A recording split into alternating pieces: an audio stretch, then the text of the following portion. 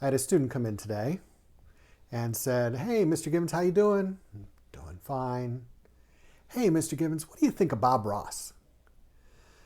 And I sighed and I rolled my eyes, and I think they knew what I was going to say, but they were testing me. So I said, well, I have this kind of hate-love relationship with Bob Ross. When I was growing up, he was kind of a big deal. And everybody would take these Bob Ross painting classes, and they would all leave the class with the same painting, and ooh, I'm an artist. And I hated that because I knew in my heart of hearts that if everyone comes out with the same thing, that's not art, it's a craft. And there's nothing wrong with craft. We need good craftsmen. We need good chairs, we need nice tables. A nice wreath on your door is a wonderful thing. If it brings you joy, why not? And I would tell my students, well, if you like a Bob Ross painting, that's fine. Put it above your toilet, enjoy it, it's pretty. And they, what do you mean, Mr. Gibbons? And then just kind of egging me on. So I said, look, I used to really dislike Bob Ross a lot. Because I would have students come in and, can't we paint like Bob Ross? Teach us to paint like Bob Ross.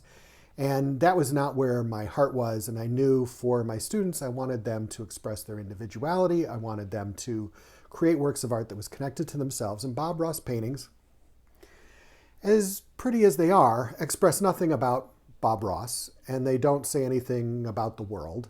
They're just a pretty picture. They're decorative. And that's fine.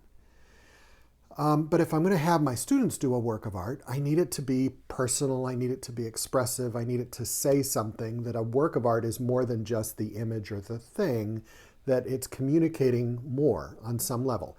Even if it's just, a Jackson Pollock painting, which is splashes of paint, he's kind of recording his body's movements, and maybe the color combinations have something more to say other than just the splashes that they are. But then I saw this video on Phil Donahue. I don't know if you're old enough to know Phil Donahue, but here's the video clip. Say out loud, your work will never hang in a museum. No. Bob! Well, maybe it will, but probably not the Smithsonian. Because why, Bob? What's the deal here? What are you telling us? Well, I'm trying to teach people a form of art that anybody can do. This is art for anyone who's ever wanted to put a dream on canvas.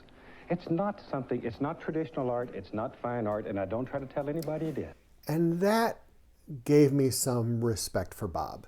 He understood what his work was. He wasn't trying to deceive people into thinking that his work was a high form of fine art. He knew that it was decorative, it brought him pleasure, and I thought, well, I can't be angry at a guy who's doing something that brings him pleasure. So I let go of my anger and my preconceived notions about what that means. And then I went to Japan for a year to study fine art. And I was taking sumie classes or brush painting classes in the Chinese and Japanese style. And it occurred to me that we would spend a whole week just doing a dot with a flick. And then the next week we would do bamboo every day. And then the next week it would be bamboo leaves. And then after that we would start doing orchids. And each week we would learn a different thing and create a composition based on what the teacher was teaching us. So we were learning these little pieces and parts, and then the final exam, if you will, would be to take the elements that we had created and then do a composition using as many or as few of those elements as you wanted to, and then there was an exhibition afterwards. So what I see from Bob Ross is some really good brush handling techniques. And on rare occasions when we're doing, a landscape painting or something, because sometimes I'll have students print out pictures of their homes or their areas or a vacation picture they really love, and they need to paint some trees. I'm like, well, let's look at Bob Ross and see how he does it. And I'll show several different trees and how he handles the brush to kind of make it work. And he's got some really good techniques. There are some good things in there for handling the brush, just like when I learned in Japan how to handle the bamboo brush to do certain flicks and twists to make bamboo and leaves and orchids and stuff. So I like the idea of taking the tools out of the toolbox and then building your own work of art. Just like in the brush painting techniques of China and Japan, you'd pull all these things together and create a composition that was harmonious or would be almost Zen-like or poetry-like. to create a scene that was evoking something that you wanted to express through these pieces and parts. So in that way, I don't think Bob Ross is a fraud. I think he has a lot to teach us in brush handling technique, in the mechanics, the craftsmanship of painting as an art form. Instead of, getting a brush and sort of stabbing it at the canvas, he has a real way of finessing the brush, and the brush strokes are then, almost artful or dance-like, on the canvas. And I can appreciate that.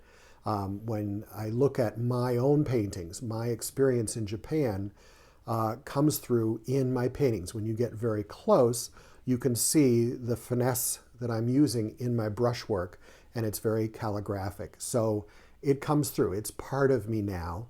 And I guess in some ways I see Bob as a technician that has something to offer my students in the techniques of how to handle their tools.